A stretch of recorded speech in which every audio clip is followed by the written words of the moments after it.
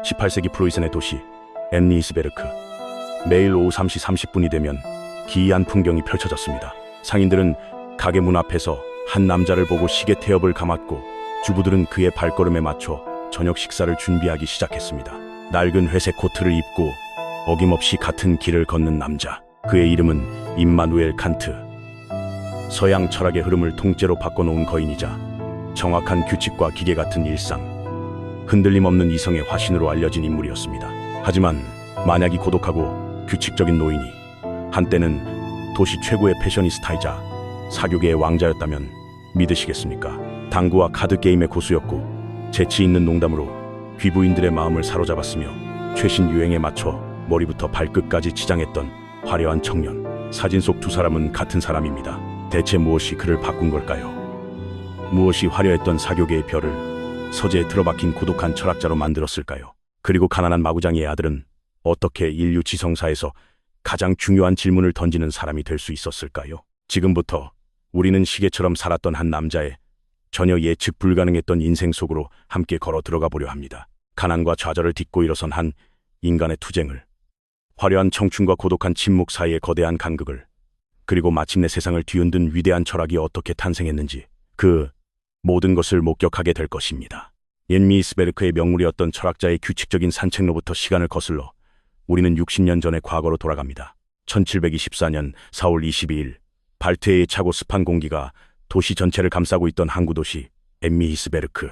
훗날 철학의 지형을 영원히 바꿔놓을 한 아이가 세상에 태어났습니다. 그의 이름은 임마누엘 칸트.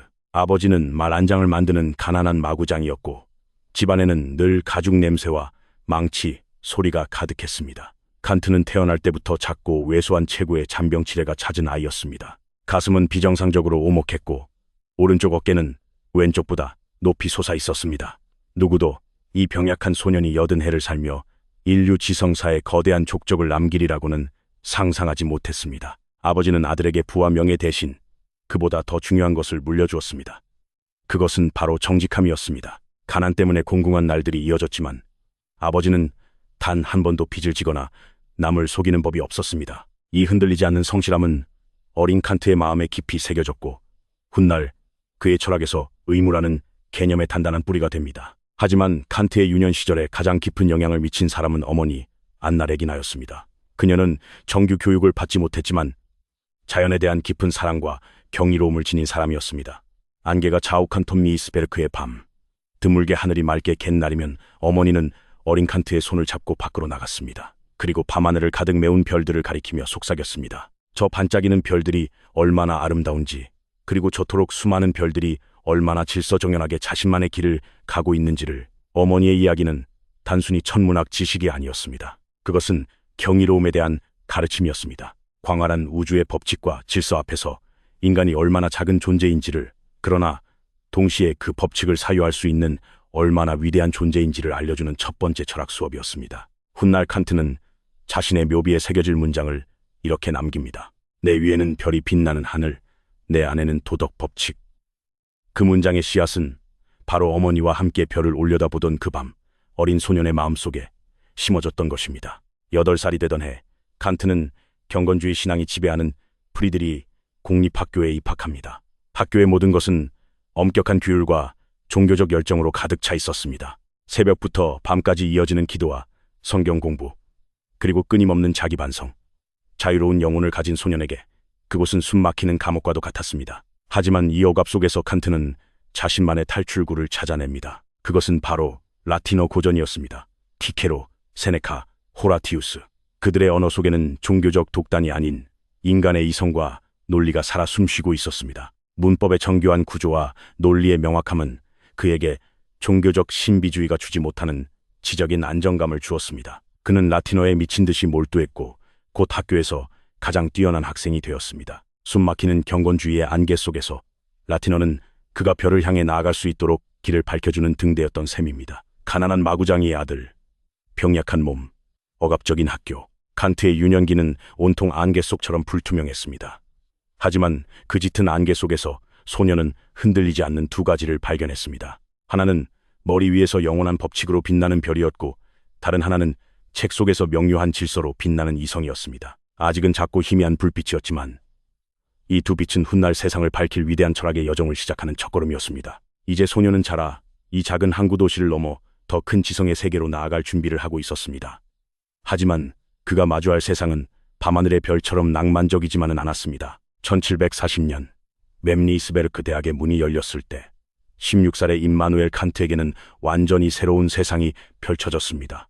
숨막히는 경건주의 학교의 엄격한 규율과 어두운 복도에서 벗어나 지식이 공기처럼 자유롭게 흘러넘치는 공간으로 들어선 것입니다. 그의 날고해진 외투는 부유한 학생들 사이에서 초라해 보였지만 그의 눈빛만은 그 누구보다 총명하게 빛나고 있었습니다. 라틴어와 고전에 대한 깊은 이해는 이미 그를 주목받는 학생으로 만들었지만 칸트 자신은 아직 무언가 거대한 갈증을 느끼고 있었습니다. 세상의 근본적인 원리, 어머니가 보여주셨던 저 밤하늘의 별들이 어떤 법칙으로 움직이는지에 대한 해답을 찾고 싶었습니다. 그 해답의 문을 열어준 것은 마르틴 크누첸이라는 젊은 교수였습니다. 그는 칸트보다 고작 11살 많은 당시로서는 파격적인 지성을 가진 인물이었습니다.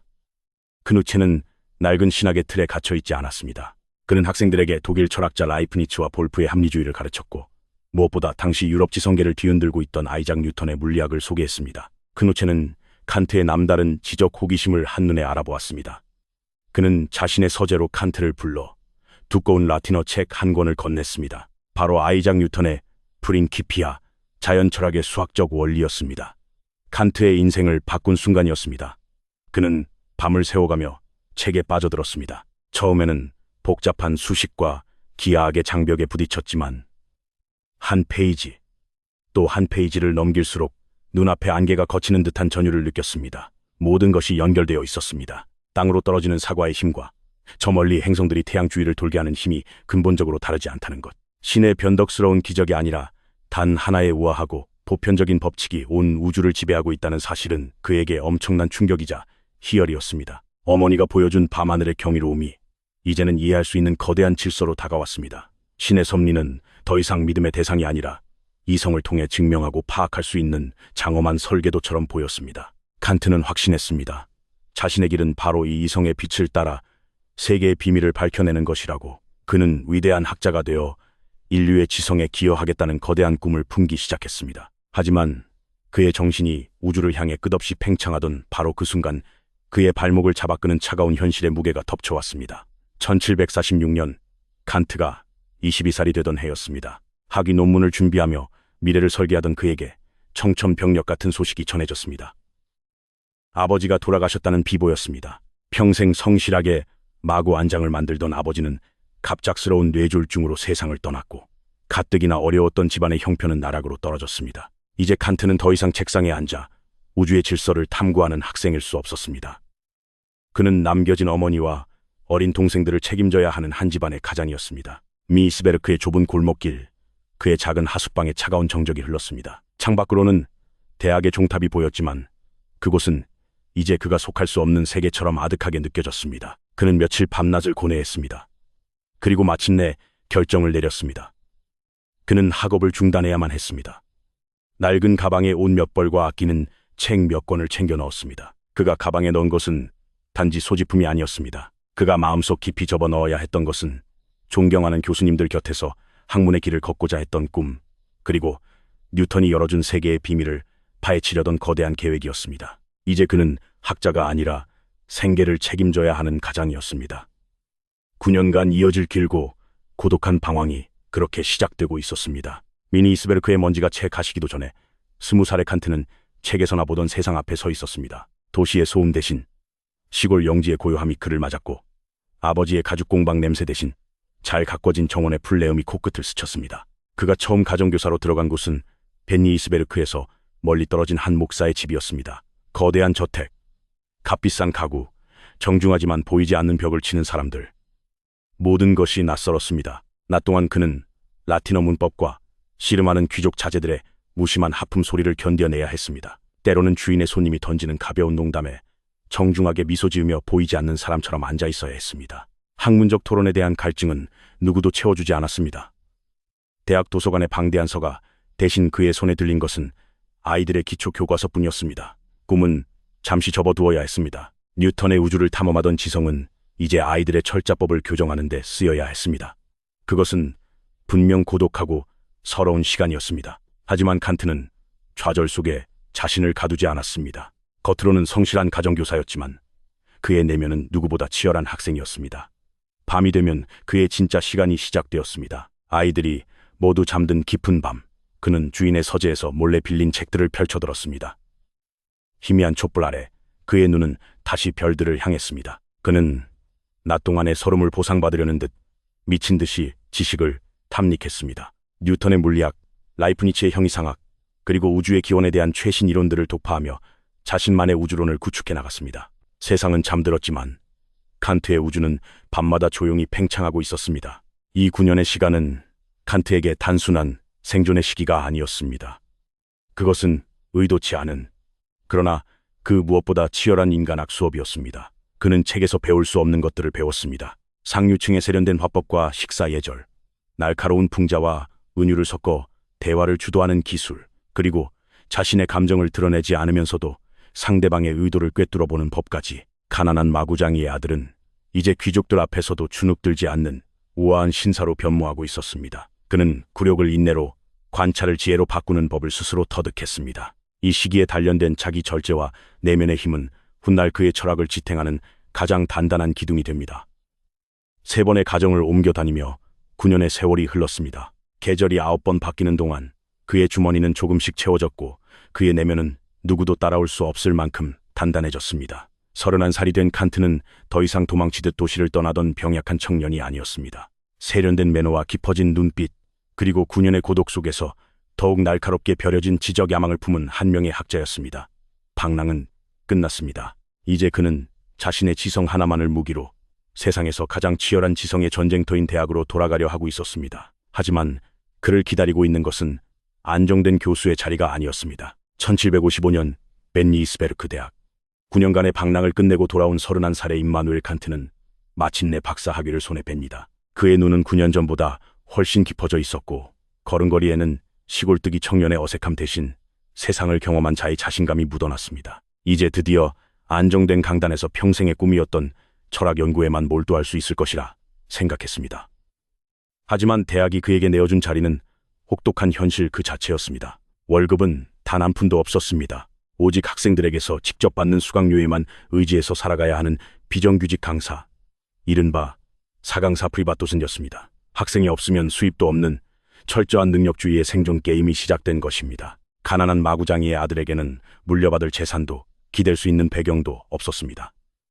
오직 그의 무기는 날카롭게 벼려진 지성 하나뿐이었습니다. 그리고 칸트는 그 무기를 어떻게 사용해야 하는지 정확히 알고 있었습니다. 생존해야 했습니다. 증명해야 했습니다.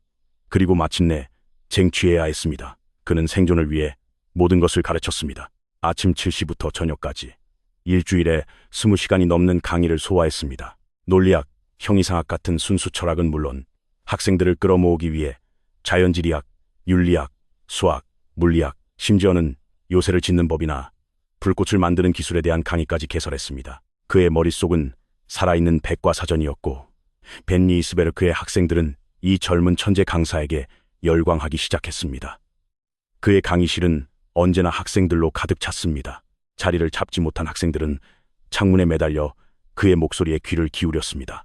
그의 강의는 단순한 지식 전달이 아니었습니다. 학생들 스스로 생각하는 법을 가르치는 지성의 훈련장이었고 칸트의 명료한 설명과 재치 있는 비유는 딱딱한 철학의 생명을 불어넣었습니다. 학생들의 눈은 빛났고 뒷펜이 종이를 긁는 소리가 강의실을 가득 메웠습니다. 그는 단순한 학자가 아니라 청중을 사로잡는 스타였습니다. 하지만 강의가 끝나면 칸트는 전혀 다른 사람으로 변신했습니다. 미스베르크 사교계에서 가장 빛나는 별이 되었습니다. 사람들은 수수하고 금욕적인 늙은 철학자 칸트만을 기억하지만 30대의 칸트는 도시 최고의 패셔니스타이자 유머 감각이 넘치는 매력적인 신사였습니다. 그는 언제나 유행의 최첨단을 달렸습니다. 밝은 회색 코트, 화려한 무늬의 조끼, 실크 스타킹, 그리고 허리춤에는 은장식이 달린 칼을 차고 다녔습니다. 귀족 부인들이 주최하는 살롱과 저녁 식사 자리에 그는 빠지지 않는 단골 손님이었습니다. 카드게임에서는 능숙한 솜씨로 돈을 땄고 당구대 앞에서는 우아한 자세로 사람들의 시선을 사로잡았습니다. 겉으로는 우아한 신사였지만 그의 두뇌는 쉴 새 없이 움직였습니다. 이것은 단순한 허영심이나 유의가 아니었습니다. 이것 또한 생존 전략이었습니다. 상류층과의 교류는 곧 그의 강의를 들을 부유한 학생들을 의미했고, 저녁 식사 초대는 며칠간의 식비를 아낄 수 있는 기회였습니다. 그는 사교계를 또 하나의 강의실이자 인간 본성을 탐구하는 연구실로 삼았습니다. 귀족들의 대화 속에서 시대의 흐름을 읽었고, 카드게임의 승패 속에서 인간의 욕망을 관찰했습니다. 그는 가장 치열한 현실 속에서 가장 심오한 철학의 재료들을 수집하고 있었던 것입니다. 인기는 하늘을 찔렀습니다. 수강생은 넘쳐났고, 귀족들의 저녁 식사 초대가 끊이지 않았습니다. 니이스베르크에서 칸트의 이름은 젊음과 지성, 그리고 세련됨의 상징이 되었습니다. 모든 것이 완벽해 보였습니다. 하지만 이 모든 화려함과 명성 뒤에는 결코 채워지지 않는 깊은 갈증이 있었습니다. 그가 진정으로 원했던 단 한 가지, 바로 안정된 교수의 자리였습니다. 자신의 철학을 마음껏 펼칠 수 있는 단단한 기반이었습니다. 그는 매일 밤 화려한 파티에서 돌아와 텅 빈 하숙방에 홀로 앉아 책을 펼쳤습니다. 사교계의 왕자와 비정규직 강사, 그 엄청난 간극 속에서 청년 칸트의 시간은 소리 없이 흘러가고 있었습니다. 그의 기다림은 이제 막 시작되었을 뿐이었습니다. 니이스베르크의 사교계는 여전히 칸트를 중심으로 돌아갔습니다. 그의 강의실은 언제나 학생들로 가득 찼고, 저녁이면 귀족들의 살롱이 그를 기다렸습니다. 화려한 옷을 입고 재치 있는 농담을 던지는 그의 주변에는 늘 사람들이 넘쳐났습니다. 겉으로 보기에 그는 도시에서 가장 성공하고 매력적인 지성이었습니다. 하지만 파티가 끝나고 텅 빈 하숙방으로 돌아올 때마다 칸트는 차가운 현실과 마주해야 했습니다. 그의 손에 들린 것은 화려한 와인잔이 아니라 또다시 도착한 정중하지만 단호한 거절의 편지였습니다. 베를린, 예나, 에를랑겐, 여러 대학에서 교수직 제안이 오기도 했지만 정작 그가 평생을 바친 고향 웬니스베르크 대학의 철학 교수직은 번번이 그를 외면했습니다. 그의 이름은 추천 명단에 올랐다가도 마지막 순간에 지워졌습니다. 이유는 명확하지 않았습니다. 그의 명성이 너무 높아서였을까요? 아니면 그의 생각이 너무 급진적이어서였을까요? 시간은 무심하게 흘렀습니다. 패기 넘치던 30의 청년은 어느덧 불혹의 나이를 맞이했습니다. 동료들은 하나둘 안정된 자리를 찾아 떠났고, 한때 그를 따르던 제자들은 이제 동료 교수가 되어 나타났습니다. 그럼에도 그는 여전히 월급 없는 비정규직 강사였습니다. 생계를 위해 그는 철학 강의뿐만 아니라 수학, 물리학, 논리학, 심지어 축성학까지 가르쳐야 했습니다. 백과사전 같은 지식은 그의 명성을 더욱 높였지만 동시에 그의 영혼을 갉아먹었습니다. 지식은 팔기 위한 상품이 되었고 철학은 생존을 위한 도구가 되었습니다. 그는 지쳐가고 있었습니다. 마침내 1766년 42살의 칸트에게 왕립도서관의 사서직 제안이 들어왔습니다. 적은 돈이 남아 고정적인 수입이 생기는 자리였습니다. 그는 그 제안을 받아들였습니다. 한때 사교계를 주름잡던 스타 강사는 이제 먼지 쌓인 책들 사이에서 조용히 책을 정리하는 사서가 되었습니다. 사람들은 수군거렸습니다. 칸트의 시대는 끝났다고, 그의 총명함도 세월 앞에서는 빛이 발했다고 말입니다. 그것은 기나긴 기다림의 시간이었습니다. 하지만 칸트는 포기하지 않았습니다. 그는 도서관의 차가운 공기 속에서 묵직한 양피지 냄새를 맡으며 조용히 자신을 단련했습니다. 세상의 소음에서 벗어나 그는 오롯이 자신의 내면과 마주했습니다. 그리고 마침내 1770년 그의 나이 46, 15년간의 기나긴 기다림 끝에 잔니스베르크 대학의 논리학 및 형이상학 정교수로 임명되었다는 소식이 전해졌습니다. 모든 것이 끝난 것 같았습니다. 평생의 꿈을 이룬 그는 이제 안정된 자리에서 자신의 철학을 마음껏 펼치기만 하면 되었습니다. 하지만 운명은 그에게 평온한 노년을 허락하지 않았습니다. 정교수가 된 어느 날, 그는 영국 경험론 철학자 데이비드 옜의 책을 펼쳐들었습니다. 그리고 그 책의 한 구절이 그의 지성 전체를 강타했습니다. 그것은 망치와도 같은 충격이었습니다. 옳은, 우리가 세상의 절대적인 진리라고 믿었던 모든 것, 심지어 원인과 결과라는 이성의 기본 법칙조차 사실은 인간의 관찰과 경험에 기반한 습관에 불과할지 모른다고 주장했습니다. 이성의 힘으로 세계의 모든 비밀을 밝힐 수 있다고 믿었던 칸트에게 이것은 지성의 기반이 통째로 무너져 내리는 듯한 선언이었습니다. 훗날 칸트는 이렇게 회고했습니다. 충진, 나의 독단적인 잠을 깨웠다. 그때까지 그가 쌓아올린 모든 지식의 성이 한순간에 모래성처럼 허물어졌습니다. 이 성이란 무엇인가? 우리는 무엇을 알 수 있는가?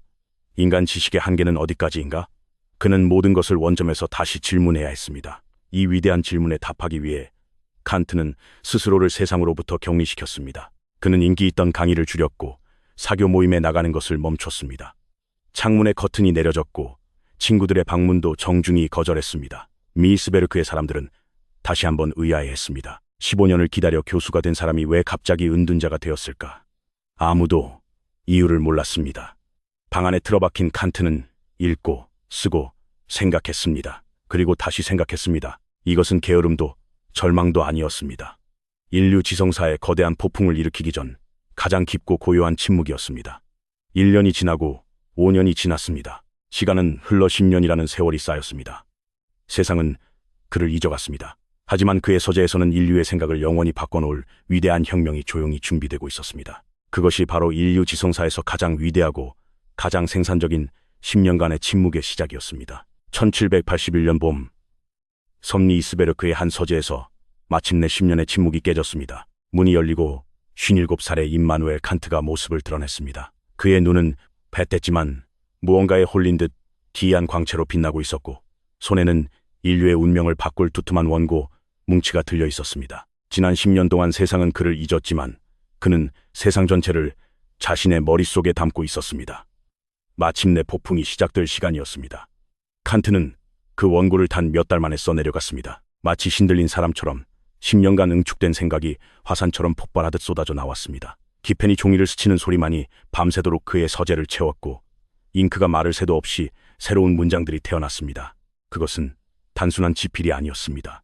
지난 2000년간 이어져 온 서양 철학의 거대한 흐름에 홀로 맞서는 한 인간의 처절한 투쟁이었습니다. 그렇다면 이 책 순수이성 비판에는 대체 무엇이 담겨 있었을까요? 이전까지 철학자들은 인간의 이성이란 세상을 비추는 거울과 같다고 생각했습니다. 세상이 있는 그대로 존재하고 우리의 이성은 그 모습을 수동적으로 비출 뿐이라고 믿었습니다. 하지만 칸트는 정반대를 선언했습니다. 그는 인간의 이성이 거울이 아니라 세상을 찍어내는 틀이라고 주장했습니다. 우리가 경험하는 세계는 사실 우리 이성의 형식, 즉 시간과 공간이라는 안경을 통해 재구성된 세계라는 혁명적인 생각이었습니다. 마치 지구가 태양 주위를 돈다고 선언했던 코페르니쿠스처럼 칸트는 인식의 중심을 세계에서 인간으로 옮겨왔습니다. 철학의 코페르니쿠스적 전환, 인류는 이제껏 한 번도 들어보지 못했던 가장 대담하고 전복적인 선언이었습니다. 칸트는 확신했습니다. 이 책이 출간되면 세상이 뒤집어질 것이라고, 격렬한 논쟁이 벌어지고 자신의 이름이 유럽 전역에 알려질 것이라고 믿었습니다. 그는 57세였습니다. 15년간의 비정규직 강사 생활, 10년간의 고독한 침묵, 이 한 권의 책은 그 모든 세월에 대한 보상이자 증명이 되어야 했습니다. 마침내 책이 인쇄되어 서점에 깔렸습니다. 칸트는 조용히 기다렸습니다. 지성의 폭풍이 불어오기를. 하지만 아무 일도 일어나지 않았습니다. 미니스베르크의 서점 진열대에서 순수이성 비판은 먼지만 뒤집어 쓴 채 조용히 놓여 있었습니다. 몇몇 사람이 호기심에 책을 펼쳤다가 도저히 이해할 수 없는 문장들의 미로 속에서 길을 잃고는 조용히 책을 덮었습니다. 학계의 반응은 더 차가웠습니다.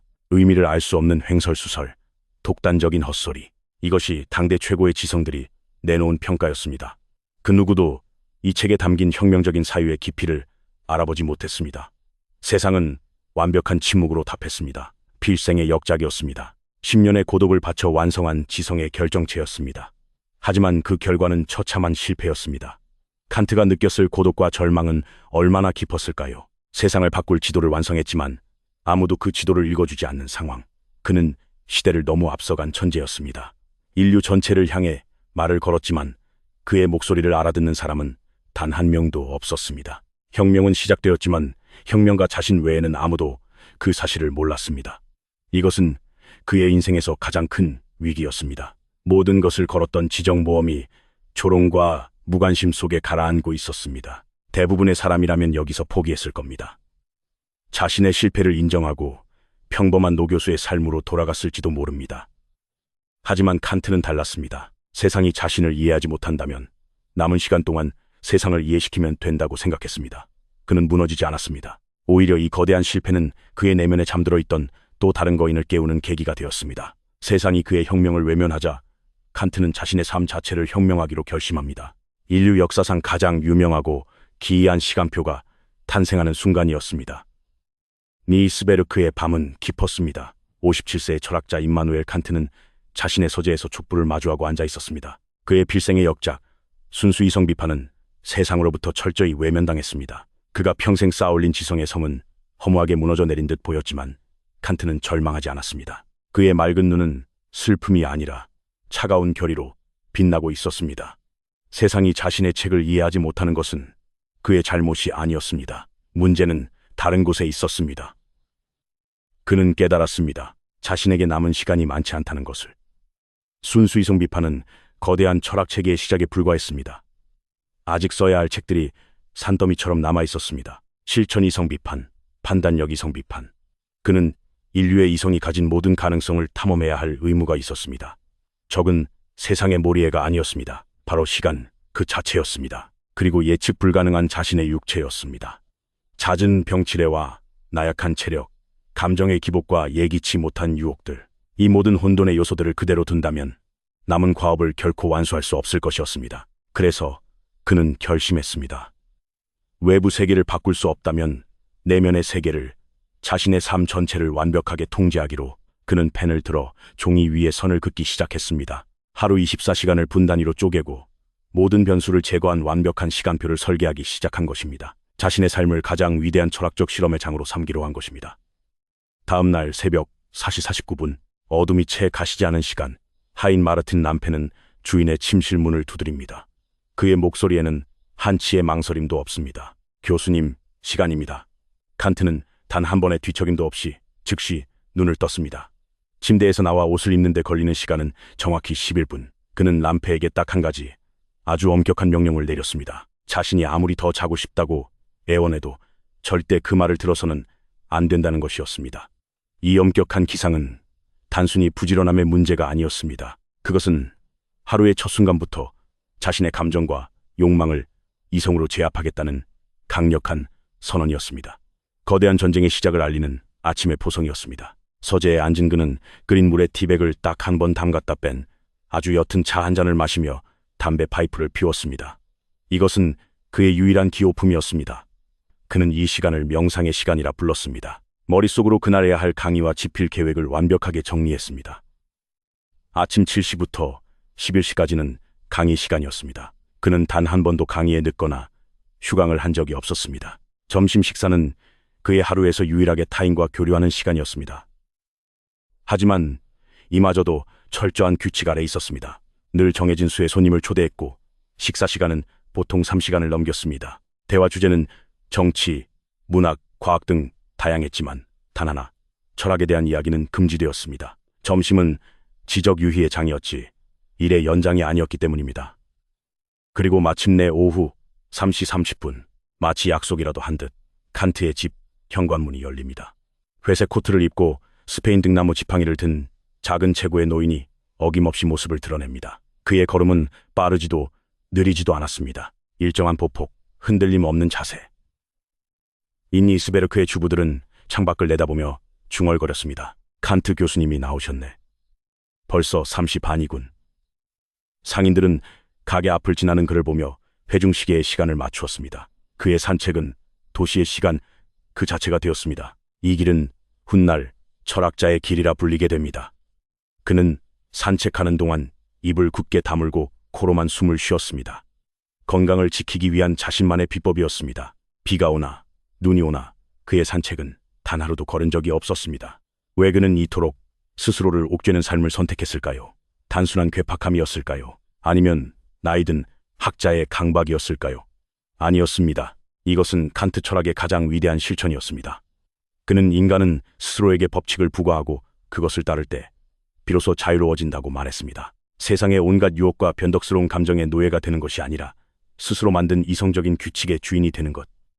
그것이 바로 진정한 자유라고 믿었던 것입니다. 그의 시간표는 스스로를 가두는 감옥이 아니었습니다.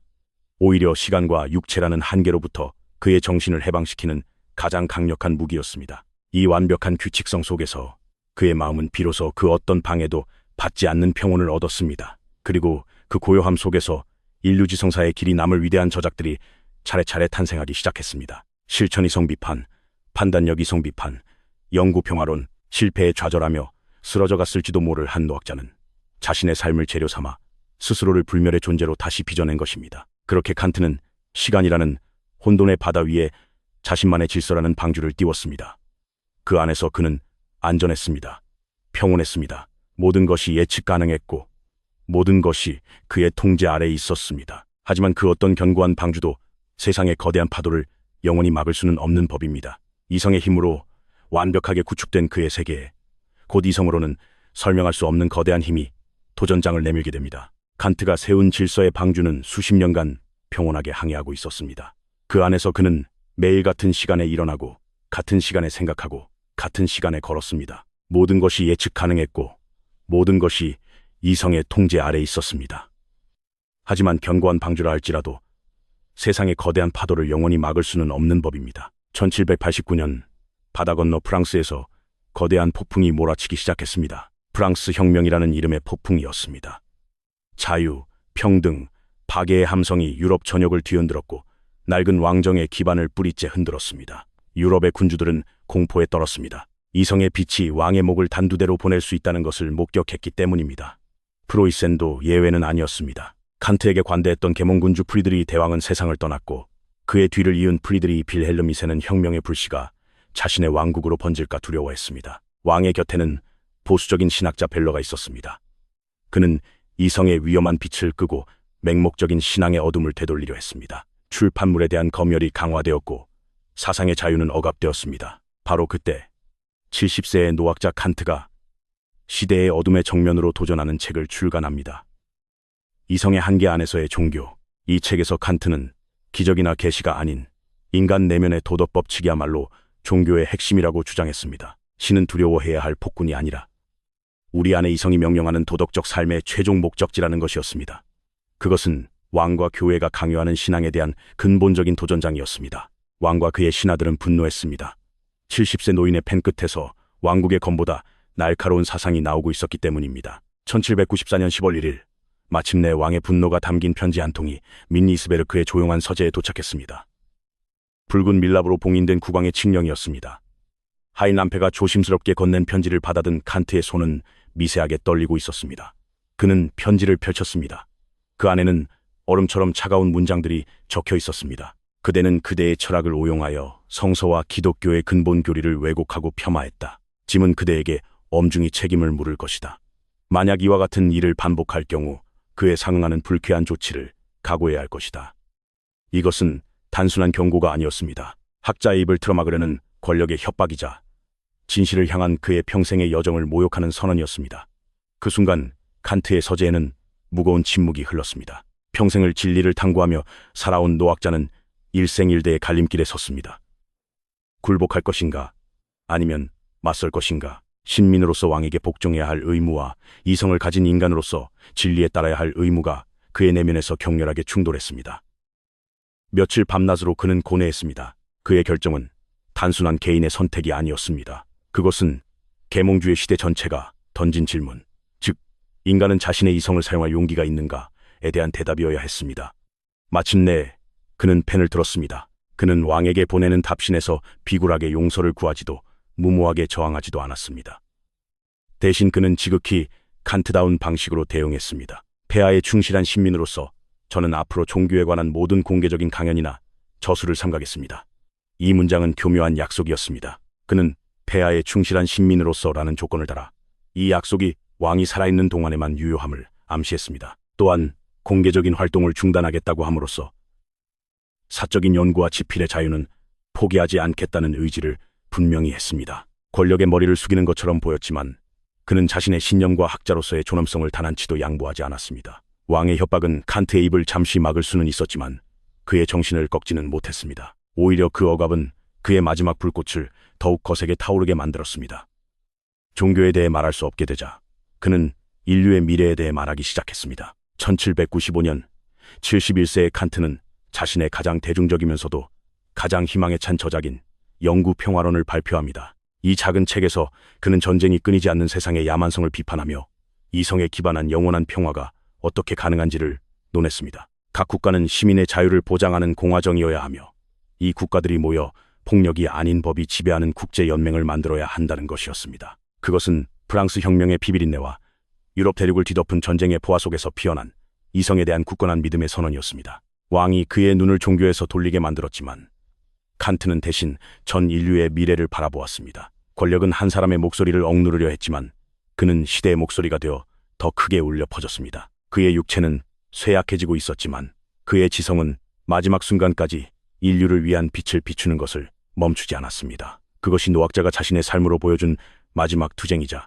가장 위대한 불꽃이었습니다. 권력과의 투쟁을 끝으로 노학자의 마지막 불꽃이 사그라들던 19세기의 문턱, 인미이스베르크의 한 조용한 집에서 한 시대가 저물고 있었습니다. 인류 지성사의 가장 빛나는 등불 중 하나였던 칸트의 정신은 이제 서서히 안개 속으로 사라지고 있었습니다. 그토록 명료했던 그의 기억은 조각나 흩어졌고 평생 우주의 질서를 탐구했던 위대한 지성은 이제 자신의 책 제목조차 기억하지 못하는 날이 많아졌습니다. 시계보다 정확했던 그의 발걸음은 더 이상 정해진 산책로를 따라가지 못했습니다.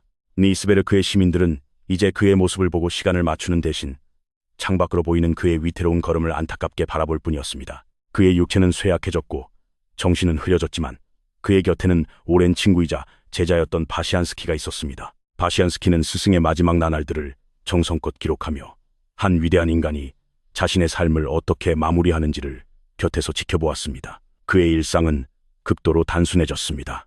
잠을 자고 아주 적은 양의 식사를 하고 대부분의 시간을 의자에 앉아 희미한 의식 속에서 보냈습니다. 한때 유럽의 지성계를 뒤흔들었던 철학자의 서재는 이제 침묵만이 가득했습니다. 하지만 그 꺼져가는 촛불 속에서도 칸트라는 인간의 본질을 보여주는 불꽃은 마지막까지 사라지지 않았습니다. 1804년 2월의 어느 추운 날, 칸트의 건강이 급격히 악화되자 주치의가 왕진을 왔습니다. 의사가 방에 들어섰을 때 80세를 앞둔 노학자는 뼈만 앙상하게 남은 몸을 이끌고 자리에서 일어나려 안간힘을 썼습니다.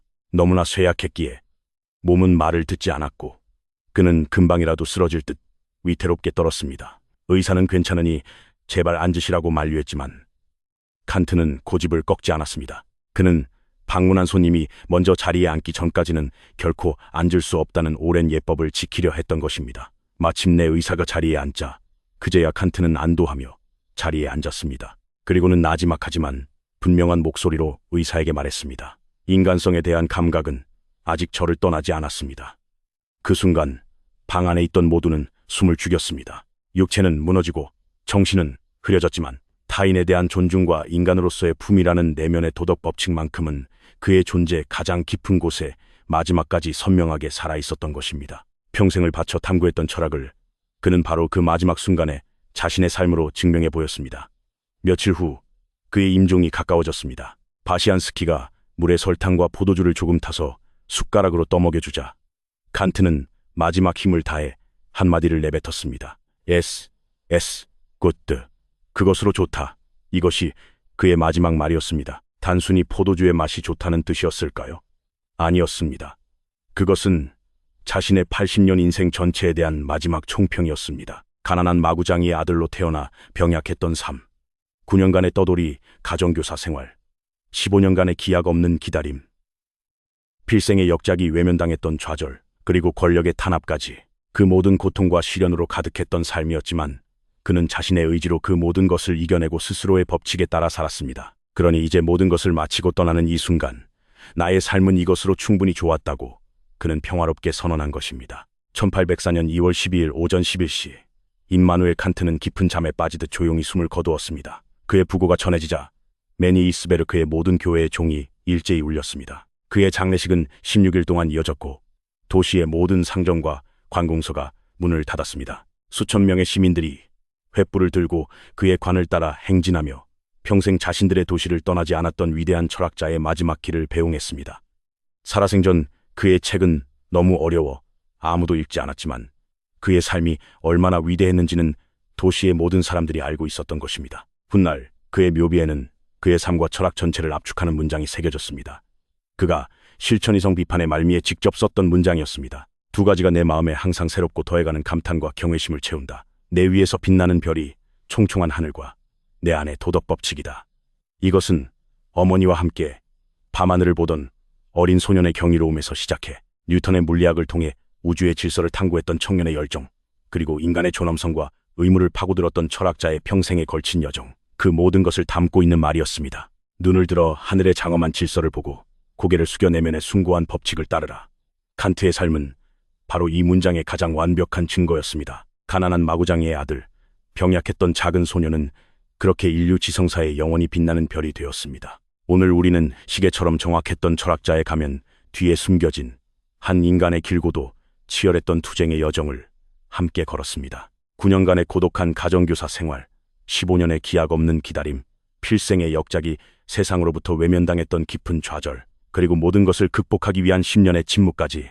그의 삶은 타고난 천재의 화려한 번뜩임이 아니라 수많은 한계에 부딪혔던 평범한 인간이 스스로를 어떻게 단련하고 조각하여 위대함에 이를 수 있는지를 보여주는 가장 위대한 증거입니다. 임미이스베르크의 시간을 지배했던 칸트의 규칙적인 시간표는 단지 괴팍한 노인의 습관이 아니었습니다. 그것은 혼돈스러운 세상과 요한한 삶 속에서 불멸의 업적을 남기기 위한 필사적인 무기이자 자기 자신과의 가장 엄격한 약속이었습니다. 그는 우리에게 온몸으로 보여줍니다. 외부의 환경을 탓하기 전에 먼저 자기 자신에게 확고한 법칙을 세우고 꾸준히 그 법칙을 따르는 것이야말로 진정한 자유와 존엄에 이르는 길이라는 것을 말입니다. 그의 삶 자체가 오늘을 살아가는 우리에게 던지는 거대한 질문입니다. 당신은 당신의 삶을 어떻게 설계하고 있습니까? 칸트의 인생에서 가장 인상 깊었던 순간은 언제였나요? 화려했던 사교계의 왕자 시절인가요? 권력에 굴하지 않았던 노년의 모습인가요? 아니면 매일 같은 시간, 같은 길을 걸었던 그의 고독한 산책이었을까요? 여러분의 생각을 댓글로 남겨주세요. 저희 채널의 구독과 좋아요를 눌러주시는 것은 이처럼 깊이 있는 이야기를 계속 만들어 나가는데 가장 큰 힘이 됩니다. 그가 평생을 바쳐 탐구했던 저 별이 빛나는 하늘과 내 마음속 도덕 법칙은 더 이상 백과사전 속 딱딱한 문장이 아닙니다. 그것은 오늘 흔들리는 당신의 삶을 굳건히 비추는 가장 빛나는 나침반이 될 것입니다.